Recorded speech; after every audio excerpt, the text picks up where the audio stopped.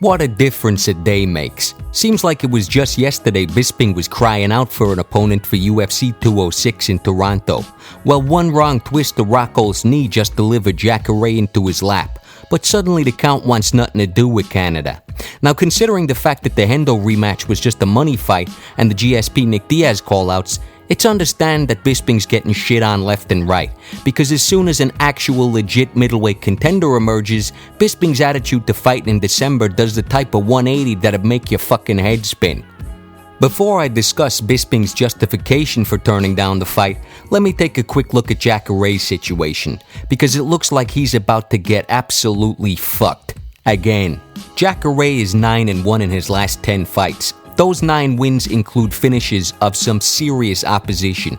He smashed the fuck out of Vitor Belfort, choked out Gegard Mousasi's ass, molly-whopped the fuck out of Yushin Okami, and knocked Eric Brunson dead in just 40 seconds. So over the last 4 years, he's been choking guys out and decapitating motherfuckers in a wicked spree of pure savagery.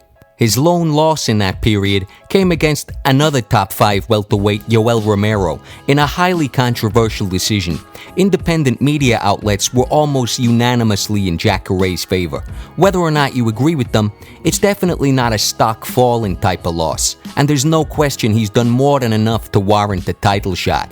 So the situation 2 days ago was that all 4 of the top middleweight contenders were going to face off in November. Essentially a 4-way title eliminator, with the most impressive fighter getting the next crack at Bisping's belt. So Jacare was going to have the opportunity to further his case for a shot against Luke Rockhold. Now with Rockhold pulling out, Bisping declining the fight, and the Weidman-Romero fight going ahead, not only is he losing out on a potential title fight in Canada, but he's basically losing out on being the next contender for the belt, full stop.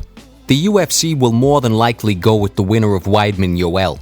Jacare Rockhold will probably get rescheduled, and if Souza gets through that, he might get the next shot, sometime next fucking summer. So Jacare is clearly getting fucked.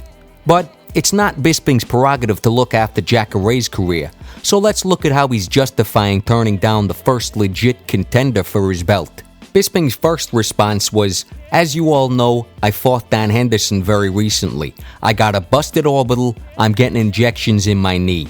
Now, the fact that he was happy to fight someone like GSP, who is a wrestling heavy opponent, makes me a little suspicious about the injured knee excuse.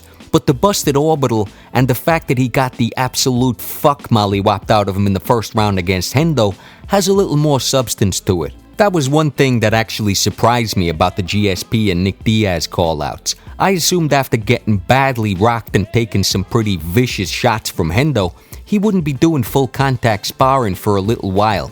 Proposing such a quick turnaround seemed a little fucking ridiculous. So yeah, I can see his point here.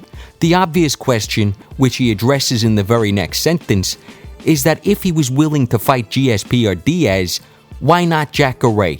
I think we all know the answer, but here's what he said. Now, I know what everyone at home is gonna say. Didn't you call out GSP a couple of weeks ago? Yes, I did. But really, think about this. That was a massive payday. Roughly 3 to 4 million I would have earned from that fight.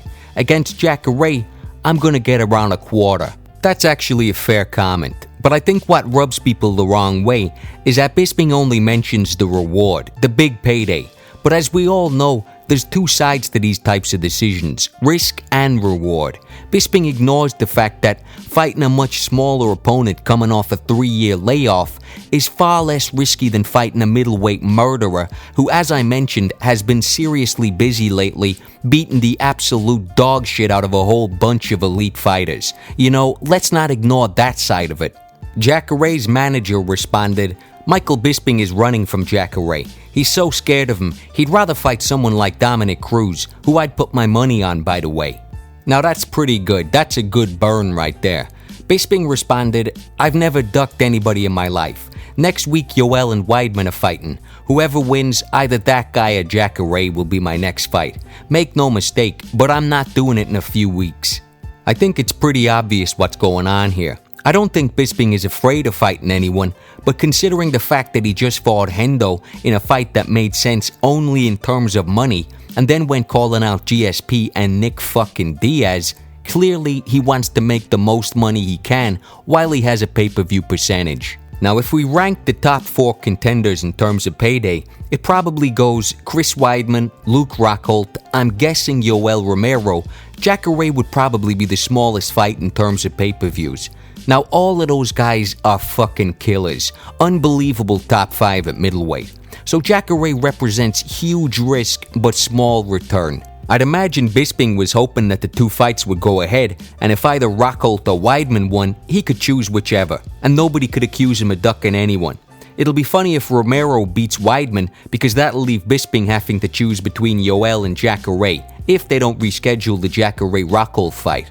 Anyway, I'm all in favor of champions being smart with their decisions and trying to make as much money as possible.